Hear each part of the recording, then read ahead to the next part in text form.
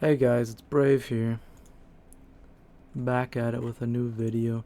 This time I wanted to share a new gold making strategy I've been doing in the new WoW expansion. I've been running these professions, herbalism and mining. Pretty good. I'd say it's around 50 to 100,000 gold an hour, depending on, how hard you're going and such. I do it pretty casual, watching a YouTube video. Just collected 90 some thousand gold, 96,803 gold. Pretty good profits.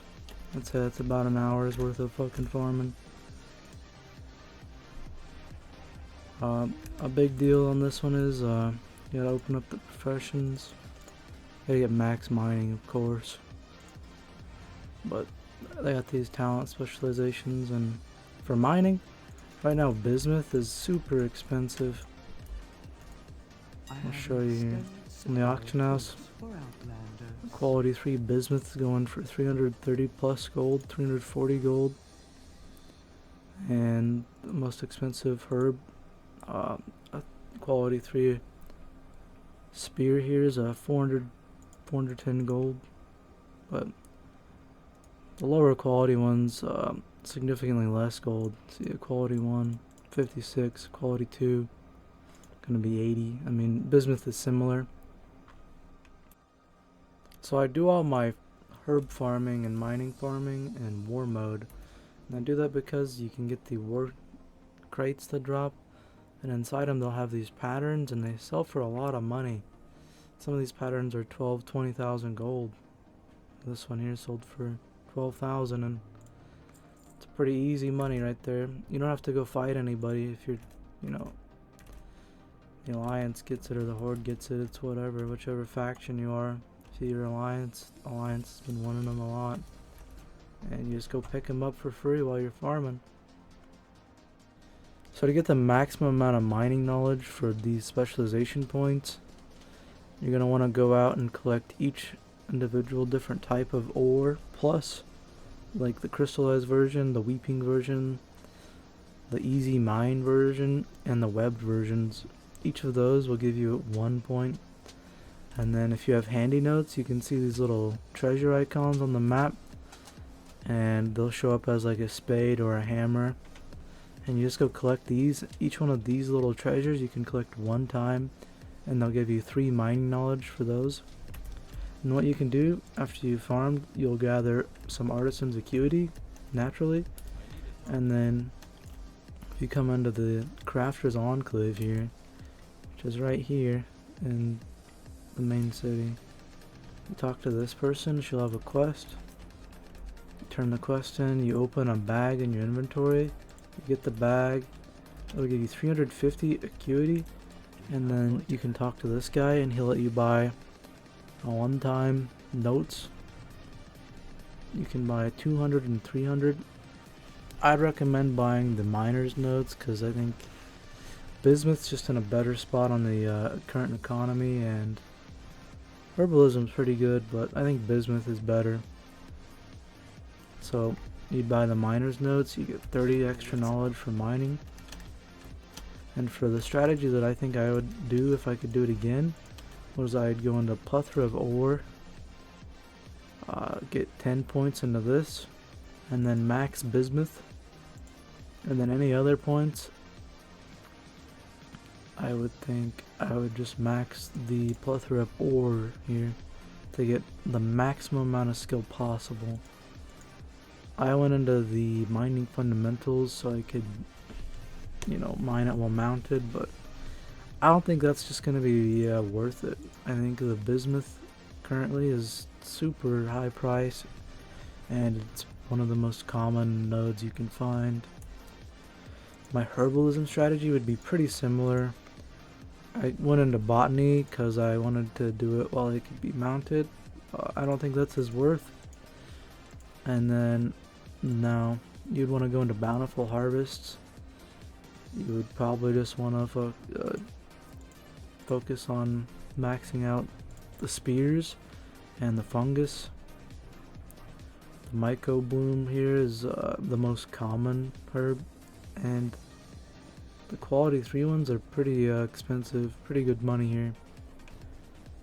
Pretty easy to find. I think getting 15 points is probably all you need for the bountiful harvest, and then maxing out these two is the best. The spear scavenger and the fungus forager.